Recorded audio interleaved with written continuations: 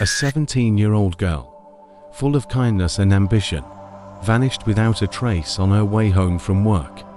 What followed was more than a disappearance, it was a national reckoning. A search effort unlike anything Sweden had ever seen. A disturbing discovery that shattered the sense of safety in a quiet town. And a killer hiding in plain sight. This is the story of Lisa Holm, a tragedy that touched the hearts of millions and exposed the darkest corners of humanity.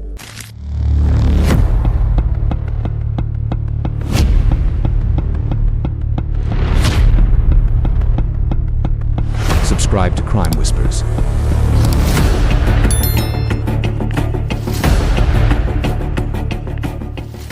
Lisa Holm was born on February 7, 1998, in a quiet, picturesque town in Sweden. To those who knew her, Lisa was a shining light, polite, curious, responsible, and full of dreams. Her favorite subjects were design and mathematics, and she hoped to become an architect someday, dreaming of studying abroad, specifically in Australia. She loved music and photography, and her Instagram was filled with pictures of nature, friends, and her cat, Nova. Lisa came from a close-knit family. Her parents and siblings shared a strong bond, and she was especially close to her father. That summer of 2015, Lisa took her first big step in terms of independence, a part-time job at Café Blomberg, a cozy countryside cafe located about 40 minutes from her home. Every weekend, her father drove her to work and picked her up afterward, making sure she was safe. But like any 17-year-old ready to spread her wings, Lisa wanted to take more responsibility. She practiced riding her scooter, a gift from her father, every day, until he was finally confident enough to let her make the trip home alone. June 7, 2015, was to be her first solo ride back home, a symbolic moment in any teen's life. Neither Lisa nor her father could have predicted that it would also be her last. At 6:23 p.m., Lisa sent her dad a simple text, "Leaving now," 3 words. A routine message that any parent might take for granted. But just 3 minutes later, something strange happened. Lisa's dad received a call from her phone. But when he picked up, there was no voice, just strange sounds, static, muffled shuffling, the slam of a car door, and faint, unfamiliar voices in the background.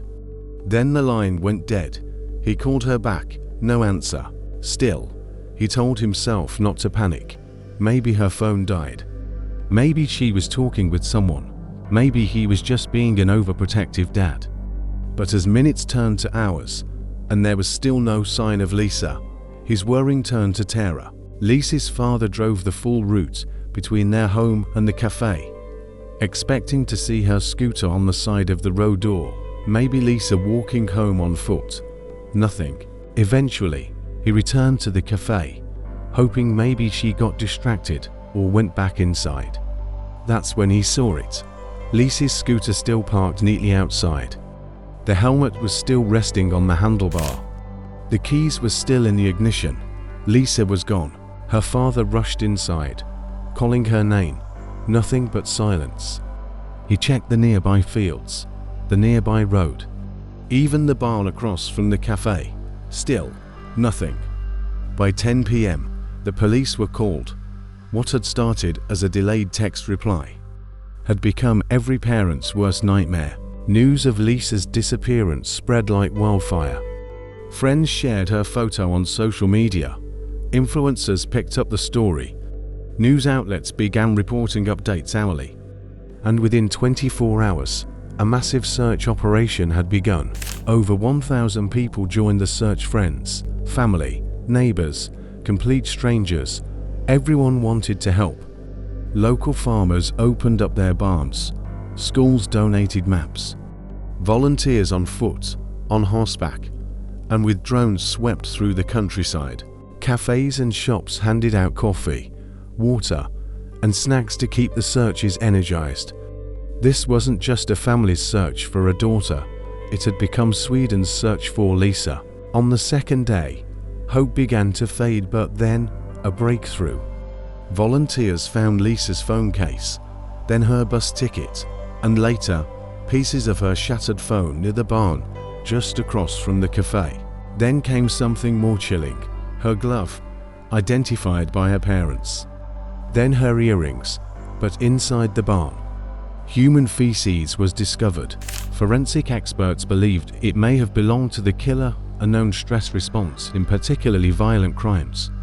The entire area was sealed off. Police knew this was no longer a missing persons case.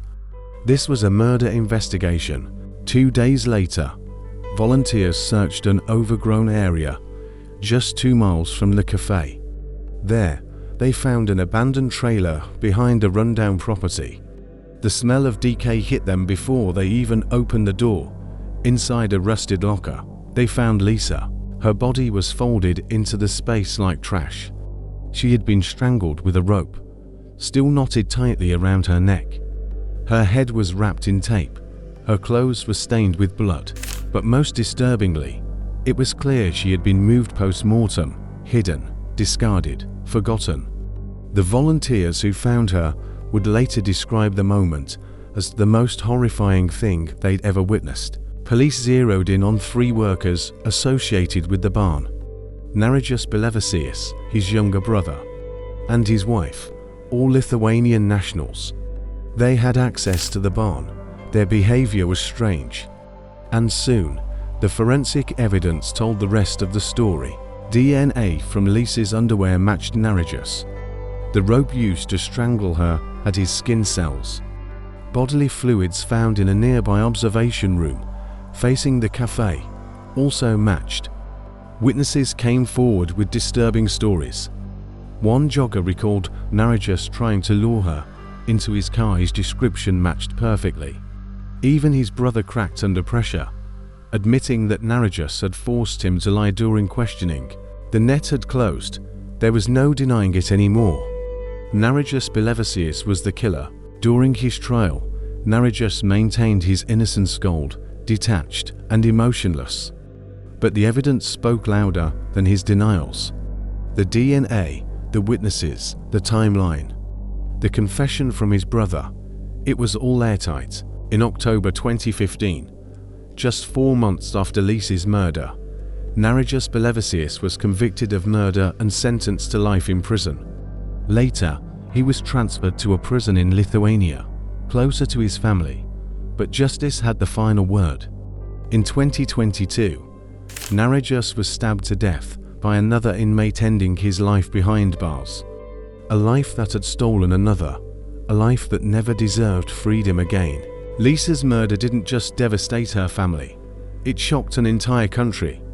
Sweden, known for its low crime rates and peaceful communities, was forced to confront a disturbing truth. Even in the safest of towns, danger can be lurking, and it can come from those you least expect. Thousands attended Lisa's funeral. The ceremony was held at Gijan Church, the place where she had once been baptized. White flowers lined the pews. Mourners wore ribbons of pink, Lisa's favorite color. The country paused. News outlets called it a wound in the national soul. Children held on to their parents tighter. Small towns began adding cameras and lights to local roads. And parents across Sweden were suddenly having difficult conversations with their daughters about trust, independence, and safety. In the months following Lisa's death, Sweden's justice system came under scrutiny, not for failure, but for the speed and thoroughness of the investigation.